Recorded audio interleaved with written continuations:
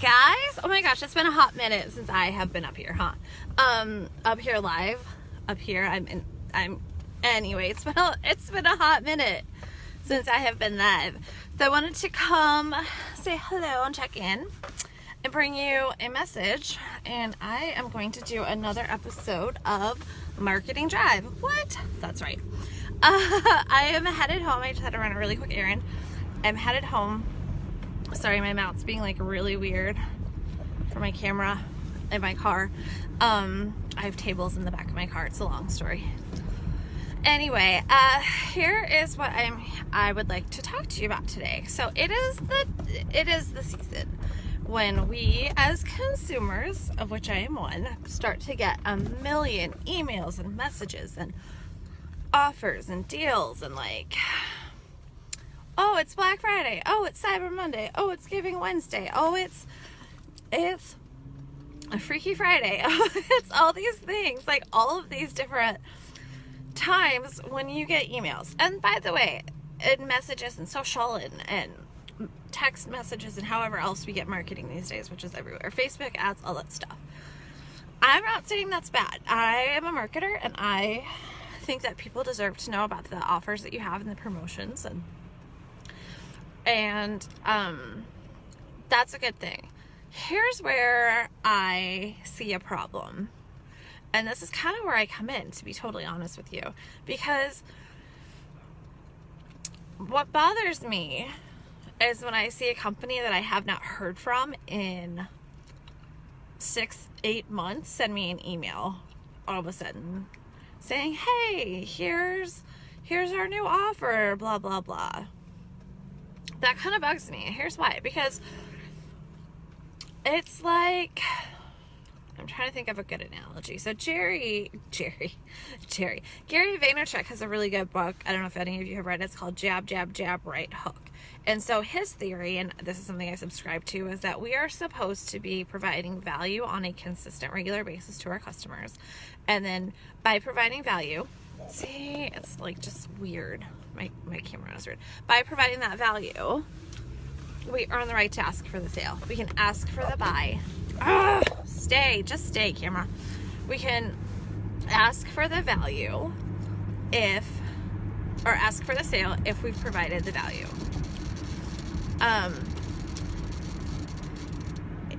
That's when we have earned the right. So you have to earn the right to ask for that sale by providing value for all those months before that.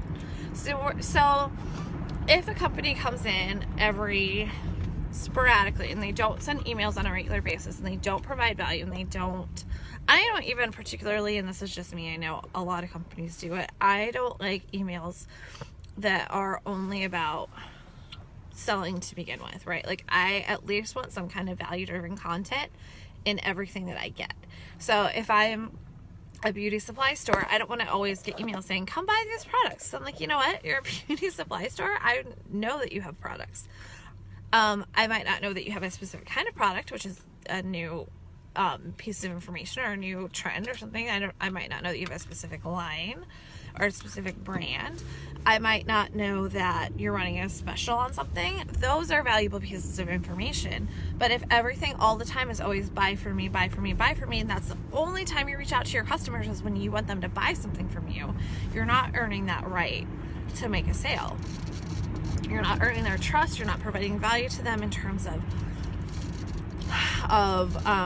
information or education or entertainment or any of the things, you're not building up that emotional connection. You're just selling all the time. So it's like, so sorry that this is being problematic. So it's just like when you walk into a car lot, if the salesperson, I don't want to assume the gender, a salesperson says to you, what are you looking for in a car? What do you want to do with it? Tell me about your family. Tell me about you. And then they're like, we can help you with X, Y, and Z problems that you're having. This is what we can do for your pain points. And then they say, okay, I think this is the right car for you. That is a very different scenario than than a person when you walk in on a sales call, or you walk into a car lot, and the guy says, well, here are all these cars I have, which one do you want to buy? And they haven't given you anything. They haven't given you any information. They haven't given you any reason to make a choice, reason to make a decision. That's not a good sales process. Sometimes it works, probably. Sometimes it works, and that's when you have a really high you need a high volume of prospects in order to make just a couple of sales.